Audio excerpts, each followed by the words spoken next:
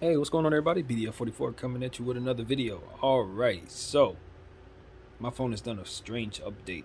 Now I got a big red sign, so I can't really do this in the dark like I used to do it. I miss the dark like I used to do it. But that's not important. Let me tell you what's going on. The Los Angeles Lakers have just gotten a victory in Detroit, and it was something special. Very, very, very, very special. Why? Because you won't soon forget the fight that LeBron James and Isaiah Stewart were very close to getting into. Uh, LeBron James popped Isaiah Stewart in the eye, basically, on a boxing out situation at the, I believe it was a free throw being shot, and I'm not remembering clearly, but I believe it was a free throw being shot. They were in a box out position, and as the free throw was going up, LeBron James either it was an elbow or a forearm. It was almost as if he just kind of swung his arm uh, directly into the man's face. It wasn't as if he was doing that.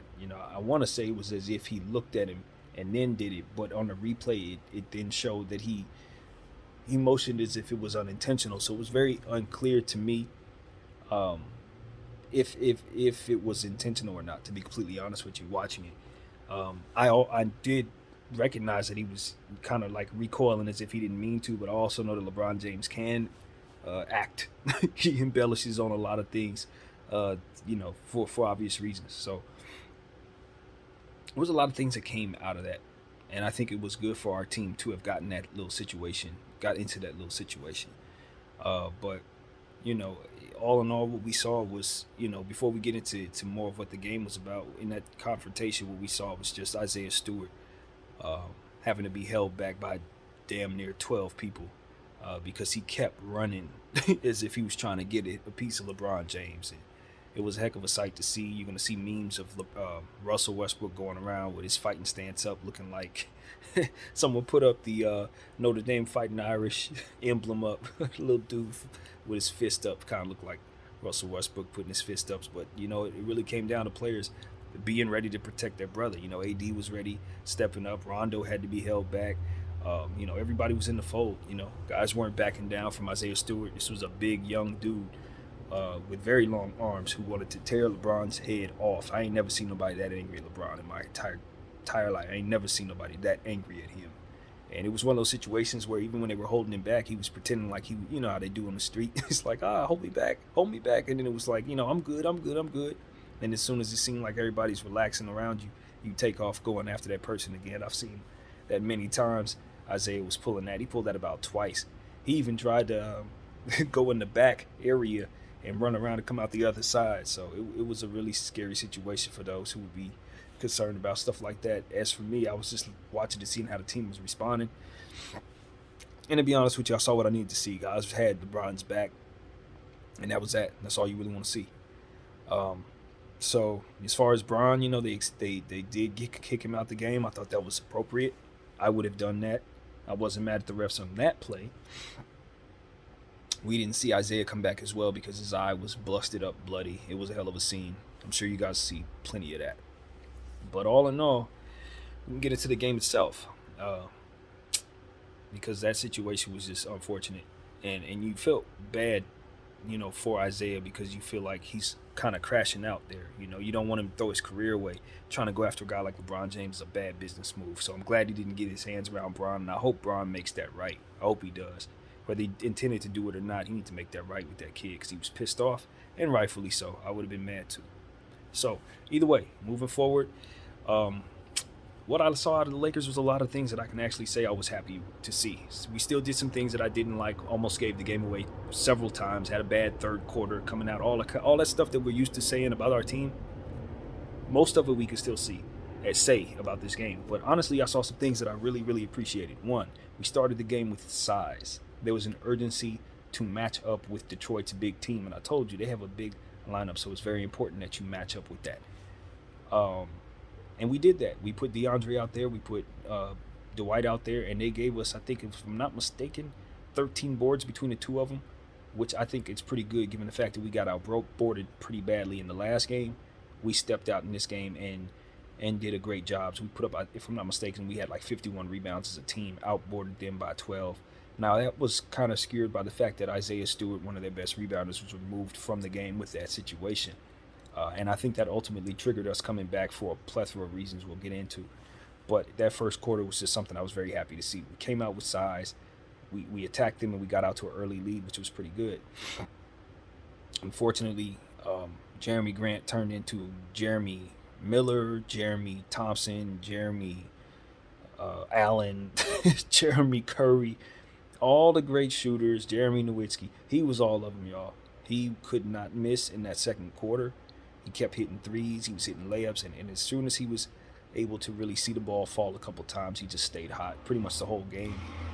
And, he was a big reason why they had an early lead and a good third quarter lead as well. So naturally, we go into the locker room and come out flat, gave ourselves a 13-point deficit. It was really, a lot of it had to do with just Jeremy Grant being so hot and staying hot for a little while. But as he cooled off, and then, of course, Isaiah got removed from the game in the third quarter, what we saw was guys respond well to the situation. Guys responded well to that and took it upon themselves to really take it to the Detroit Pistons. And like I said, that lack of size was very helpful. Once Isaiah was removed, then we were able to really crash the boards. AD was able to operate more. Russie was able to penetrate more, and all of that stuff was very, very helpful for us. You have to give credit to the fact that they were able to turn it around in terms of through three quarters, you were seeing a lot of the same from the previous game where the Lakers were just giving up open inside shots repeatedly. The Boston Celtics kicked our tails in the inside. It looked as if the Detroit Pistons were able to do the same thing through three quarters, and it was very frustrating. But we turned our defense up in the fourth quarter in that regard. And you got to give a heck of a lot of credit to Russell Westbrook for taking over that fourth quarter, scoring 15 points for us in that fourth, and just ultimately finishing, putting himself in a position to take rhythm three-point shots, take, good drives to the basket, and just continue to be aggressive. And then on the defensive end, some of the things that I was saying I needed to see from him earlier in the video today, he gave me, taking charges, putting himself in a position to track people, moving laterally, just putting himself in a position to be defensive tonight. So I thought he played his best defensive game with the Lakers tonight, and I could argue he played his best floor game with the Lakers tonight. Even though there were some turnovers, especially down the stretch when we had it locked up, he turned the ball over and ultimately made it a close game. Almost gave the game away, to be completely honest with you, with that play. But he had done so many things leading up to that you understood we would not have been in a position to win that game had he not done everything he'd done right. So just isolating his performance, I'd say he gets like a B+ for me, just based on the standards that I've had for him as of late. He has exceeded those with this game. It was one of his better games as a Laker, even though it was flawed. It had its flaws, but at this point, you're searching for things to be very, very encouraged by, and tonight we found that with Russell Westbrook. AD played a fantastic game with us as well. We saw more of the same from him in certain instances as well. It was almost like that event with Isaiah Stewart triggered a change in us, because all the stuff that I've been complaining about through three quarters, we showed, with the exception of us going with the size, which I was happy about. But we were still giving up points in the paint. We were still having issues rebounding the ball with AD. We saw plenty of footage earlier in the first half where I could say, see, that's why he doesn't need to be playing center. But when Isaiah Stewart was basically removed from the game, like I said, he was able to do a lot more physically down there. It just wasn't as much he had to deal with. And he was able to take over. He was just so very good down the stretch of that game. It was a situation where Cade Cunningham thought it was a great idea to try to test AD in two straight plays down the stretch with a minute left to go. Tried to shoot a three in AD's face. AD got to that, blocked it.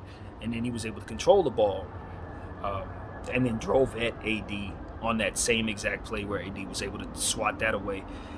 Then from there, in that same sequence, AD was able to come down and get a little reverse layup as well. So you just saw a fantastic sequence of leadership basketball on the floor by Anthony Davis, starting off with just completely smothering the number one overall pick in the draft this year. And I gotta ask Kate Cunningham. I know you're a rookie, son, but what the hell were you thinking, bro? What the hell? What were you thinking? I don't know why anybody would try AD. You know what I mean? Like ever. There are two players in this league that I honestly think it's a terrible idea for you to try in that way. Anthony Davis and Jared Allen. Just don't do it. You're not gonna convert anything over those two players. I would throw Rudy Gobert in there as well. Just don't even try, fam. Because they got such long arms, they have such fantastic timing, and they're going to track you. Whatever you're going to do, they're going to be quick enough to get to it, and they're going to get to it. So Motorcade learned a hard lesson that shouldn't have to have learned. Like, I got to ask him, what were you thinking, fam? I know you're the leader of that team, but you got to give that ball up in that situation. Let's see Sadiq Bey shoot a jump shot there or something, man. Don't try Anthony Davis. Don't do that. So we saw basically helped us a lot.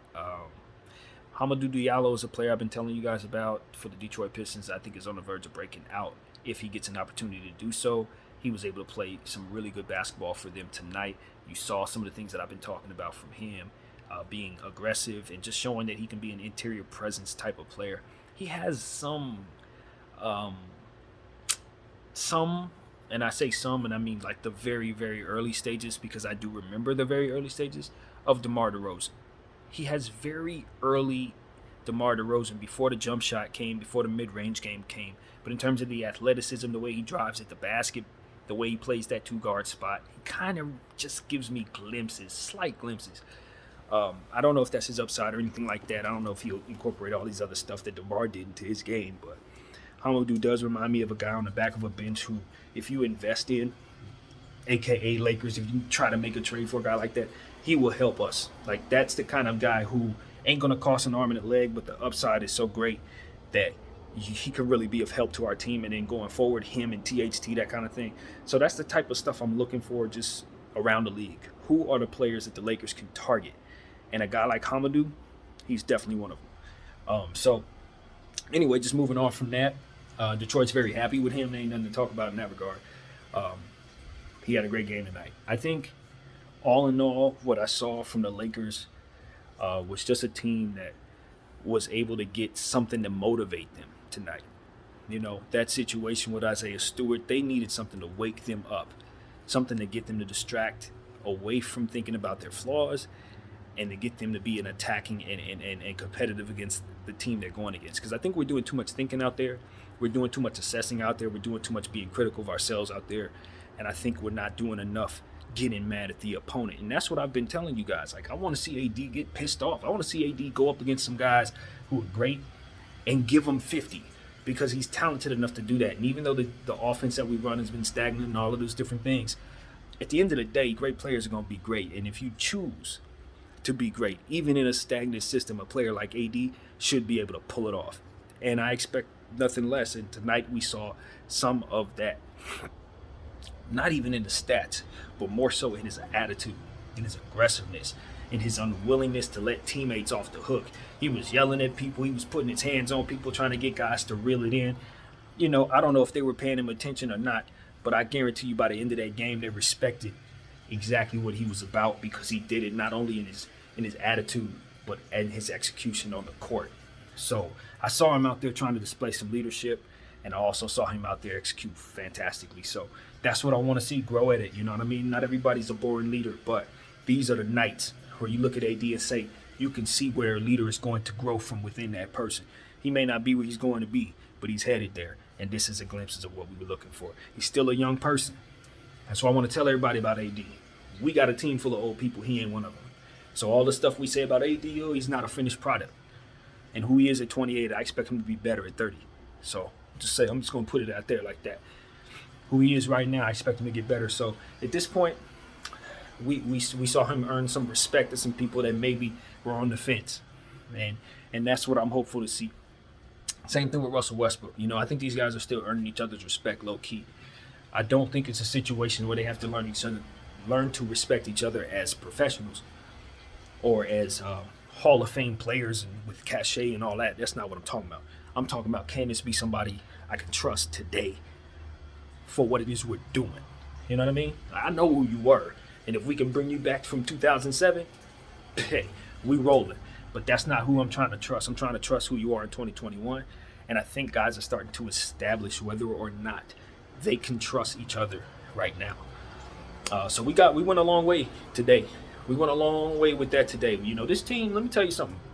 This team is struggling. We look bad. It looks horrible. Stock is low. But what I'm seeing is moments. Moments are happening with this team. Moments with AD and Dwight Howard. And then another moment like tonight. Old guys need things to motivate them. They can't really learn a whole lot. You can't teach an old dog new tricks. He has to want to learn. He has to take it on like a hobby, right? So I've been trying to motivate these guys through my channel, if they would ever see my videos, to try to take on new tricks as a means of learning how to win championships for those who haven't gotten one already. I think I wanted to say Russell Westbrook. I think Russell Westbrook has done a fantastic job in the last, say, game or so of kind of taking on some of the responsibility of challenging himself to be better, and I've been seeing it. Even though his numbers had gone down, what I saw was a guy who was less prone to be active in making mistakes, understanding that certain things need to be thought out. And even though he continued to make certain types of mistakes, again, what I'm seeing is slow correction to those mistakes. And a more carefulness about how he pushes himself forward. That was also forcing him into mistakes in a way, but you could see him starting to form himself some type of comfort within this situation. Tonight, you could see that start to formulate. The hinting of all of that coming together is starting to really form. You're starting to see it. So I think Russell Westbrook's going to play better going forward. I think tonight did a hell of a lot for his confidence as a Laker. I think being away from Staples Center was a calming effect for him, because I'm getting the feeling that he's not exactly as comfortable in our building just yet. I think it means a lot for him to play in that uniform, and I think he might be kind of still adjusting, however that may be for him. So all in all, even though I'm still on the Rusty train and all this other stuff, if I'm to look forward and say, okay, I think the worst is behind us, I would say the worst is behind us as it pertains to Russell Westbrook. I don't think he's going to become any less comfortable in this uniform or any less comfortable in this system. That's what I will say. Tonight helped a lot. THT, very helpful, man. More of what I wanted to see from him. He could bounce back strong from that last game. 3-point shot still ain't really falling, but he was able to be helpful defensively and driving at the basket, and just plays well off of Russell Westbrook. That's another reason why Russell Westbrook looks so much better, is because he really does play well off of THT. They kind of play along the same rhythm. They kind of aggressively attack the basket in similar ways. They have some of the same ideas about how they want to attack the basket and some of the places they want to attack and shoot from and things like that. THT likes to do step backs and things like that, unlike Russell Westbrook. But I guess what I'm saying is they both tend to hold the ball, and they both tend to want to aggressively attack it. So at the pace that they both play at, I like seeing them both on the floor at the same time. And I think Russell's playing well because of that dynamic. Saw some good things out of Malik Monk, even though he didn't play as much as I anticipated he would. As I was saying, get him like 8 shots or 7 shots, whatever I said. That wasn't what we saw, but he did play a smart floor game tonight once again.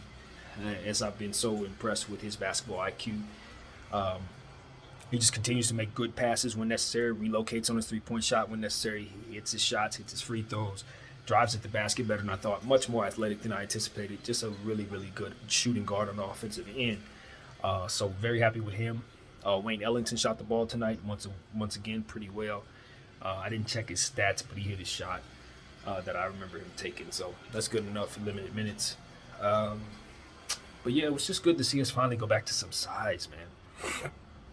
I complain about it so much every single video. It's good to not really have that to say tonight. You know, we went big. We outboarded the other team. They had a big lead. We came out of the locker room bad as usual, but we kept our poise. Gave ourselves an opportunity to win the game because superstars were just that. And we closed out a team that we should beat. And I said at the beginning of this game, I thought we would win. How we got to that win wasn't exactly what I had in mind, but we got that victory. So, yeah. Now, let me tell you what I see out there. What I see, and the reason why I said I don't know if LeBron James did this on purpose or not, is because I honestly don't know. What I saw was LeBron James effectively sent a message to every young player in the league today, whether he intended to or not. That message was, come in here, and this is what's going to be, this is how it can go for you. Because what we're having happen is young players are really getting the best of us. They're beating us up. Even in this game, they weren't necessarily beating us up, but they were running us out of the gym, driving at us, getting in our paint, all kinds of stuff. We've been soft, okay? We've been soft. And what I saw was LeBron James, however ugly it was, effectively press a button, sending a message to both his team and the rest of the league that we are not soft. That we are going to go up against these young teams and we're going to have some success, even if it means leaving them bloody. That's what I saw. Now, do I believe LeBron James meant to do that? I think in my mind, yeah. In my mind, I think he's genius enough to see the fruit in sending a message like that, and effective enough to send a message like that and not get in trouble for it. He did it to the right guy, too, because that was the type of player that was going to fire up the whole team. It's like this. You ever have a situation where you know for a fact that you're around a dog that all you got to do is something small and he's going to make a whole scene. He's going to try to bite everybody, not only you, but everybody. You're not going to mess with that dog unless you want to see him go to the max. You're not going to even press that button. Not that dog. You try everybody else, but you know if you go after that particular one, all hell going to break loose. LeBron James hit that dog. And I know LeBron James, 36, 37 years old, is smart enough to know who's that dog and who's not on each team. This kid was bodying him up. This kid was getting the best of him. And we've been getting beat up in the paint. We've been getting beat up in different situations defensively. And quite frankly, we needed something to light a fire underneath our team. And when you provoke a dog like that, he's going to do exactly what he did tonight. And what that did for our team, this. Instead of I'm thinking about how I'm turning the ball over and how we're not good defensively, all of this. You know what they're thinking? Where does do that? He coming out the backside? Where you at? We ready to fight. Who, what? And then that energy, especially with guys like Russell Westbrook and Carmelo Anthony, turns into effectiveness on the court. Why? Because they're not thinking about other stuff. They're thinking about how they want to win this game. They're thinking about fight or flight. And for a guy like Russell Westbrook, that's perfect. Because what's been going on is everything but. And we know he reacts well to fight or flight. He reacts well when he's not thinking. When he can affect reality by manipulating it, by piercing at the defense with a velocity that's faster than everybody else. He's not thinking. He's being. And what we were able to do by all of that was effectively take him out of his mind and put him in a space where he's most comfortable. Reacting.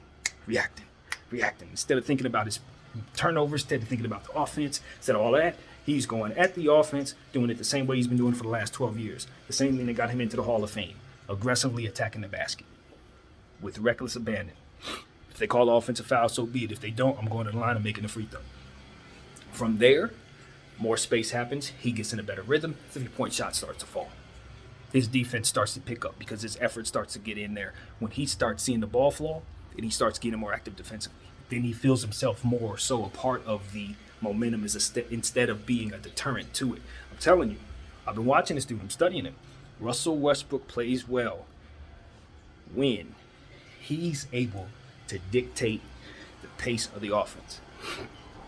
But it's impossible to do that in this offense because our offense makes it so that everything's stagnant.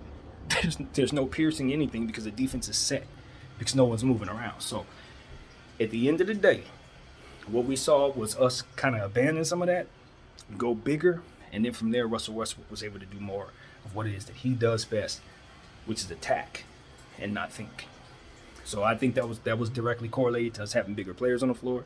It was directly correlated to the situation with Isaiah Stewart, and ultimately, I think it's going to carry over for the rest of the road trip. I really do. He's going to continue to attack. His scoring is going to go up. But unfortunately, there's something that we have to be honest about. Russie was able to do all of what he did because Bron wasn't on the floor. At the end of the day, this is not a good fit. And I don't know that Russell will ever be able to do what it is that he did as much as he did it tonight with LeBron out there. He's going to take the ball out of his hands. So, yeah, that's part of the problem. Russ can do this all the time, but not while Bron is out there necessarily. However, Bron been gone for the last 2 weeks and we've sucked. So what does that say? I don't know. One thing's for sure though, when Anthony Davis is playing better, all of that disappears. We don't have issues at all. And tonight we got great AD. So when you get great AD, B plus Russell, and LeBron James making, mad dogs bloody, I think you could walk out of there with a victory. And the fact that all of this happened in Detroit, the same place where the Malice at the Palace happened, just made it all just come together. So I enjoyed that, man. That was a good game. For a 3 o'clock afternoon Sunday game, that was fun. I hope that now the Lakers can just kind of take some of the defensive footage of good sequences, because we don't have too many of those, and kind of build upon that, because we did have some good sequences and some horrible ones as well, as you would imagine. Some very horrible ones, actually, especially in the first quarter, the third quarter. Second quarter, third quarter, defense wasn't great. So, yeah, Jeremy Grant, man. Jeremy Grant's going to be an all-star. I don't know if this is going to happen for him in the Detroit Pistons uniform, but the player himself, you put him in the right situation and he's going far. He has developed so very much since he left Philadelphia. And as I said in the video before, he was clanking threes when I first saw him. He looked like Reggie Miller out there tonight. His shot was wet. His kickstand was working. It didn't matter what angle he was shooting it from. It was going. So keep an eye open for Jeremy Grant, because that's a dude who's ready to break out into another level of stardom, in my opinion. That's what I can say about him, man. Motorcade wasn't hitting his three tonight, and it helped a lot. It helped a lot, because some of them threes that he missed, if they fall, it changes the game for us. So I would like to see us getting a little better at our perimeter defense even more so, because tonight we ain't going to have the greatest footage to watch on that. But all in all, we mixed it up pretty good. Like I said, we left people bloody. That scene you're going to see a lot of that. Isaiah Stewart, I just hope homie doesn't continue to carry this over, because we do play the Detroit Pistons next week, right? That game will be in Staples or Crypto, whatever you want to call it, next week. So, yeah, I am very, very, very, very concerned about the energy of that game based on what happened tonight. The guys were just a bit too fired up, especially Isaiah particularly, but even not just him, our team. We had some guys on our team that were ready to go right back at them, and what I saw honestly was a Laker team that was a bit more. They had more people ready to fight, in my opinion. Isaiah was the most ready to fight, to my assessment. But the Lakers had more guys that would have been ready to fight than Detroit did. I think Detroit more so wanted to keep the peace, keep playing, and Isaiah was just he was wilding. The Lakers, we had guys all over the place ready to fight. And that was my thing. I'm like, I just don't hope we don't get any suspensions, because people were getting off the bench. Rondo looked like he appeared to get off the bench. Russell Westbrook was on the floor, so luckily enough, but he was kind of getting out of the area of the bench to try to get back in the mix after the timeout was called or something of that nature. So could we see a fallout from this game? I think it's possible, but if I were a betting man, I'd say no. No suspensions, I don't think. I don't think Isaiah Stewart's going to be suspended either. I don't. He was very upset, and he had to be held back, but he never connected him a punch or anything. Not to what I saw. If they suspend anybody, it'd probably be Bron Ford to play. So I doubt that happens too. Yeah, man, that's what I got, man. I think the Lakers, I'm not sure exactly who we play next. We're going to continue this road trip. I know we got New York on Friday, but we might have a game before that. Just don't know what it is, but I'll give you that information when I have it. Of course, I'll react to this game further tomorrow when the chirpers start talking about what happened here. But, it was good to get a victory. I want to give credit to Isaiah Stewart for something entirely different. There was a play earlier today where he was able to get like one of those no-look passes where he really just showed me his peripheral ability passing the rock. I thought he really shined in that one particular sequence. I really like that kid. Ironically enough, in this situation, he's struggling so bad, and he's playing through so many injuries, and I think that was part of the problem why he was so frustrated. He's in pain. He rolled his ankle something severe a couple games ago. In fact, I think it was a previous game. Now, mind you, he was playing hurt before that. He had already been injured. So, I want to shoot him some bail on this camera and say, when you're already playing through pain, you know what I mean? And then you got people bopping you in the face and all that. One of the great players of all time, probably homie's hero, you know what I mean? You want to show face and you get so angry. Who knows what was said in that scrum? I want LeBron James as the older guy. Whatever's said in that scrum, it shouldn't have gotten that kid to be that upset. You hit him in the face. He was talking to you saying something. That should have been you saying, my bad, young. I didn't mean to hit you. And that, if he goes crazy after that, so be it. But I don't think that's what came out of Bron's mouth. I want to see Bron, kind of not provoke a kid. But if he's doing it purposefully, like I said, to push a button, so be it. This is kind of why I thought he did it on purpose. Because he further provoked the kids. So, I don't know, man. You be the judge. You guys will watch it yourselves. That's pretty much what I got, man. My name is BDF44. I thank y'all for watching. I'm out.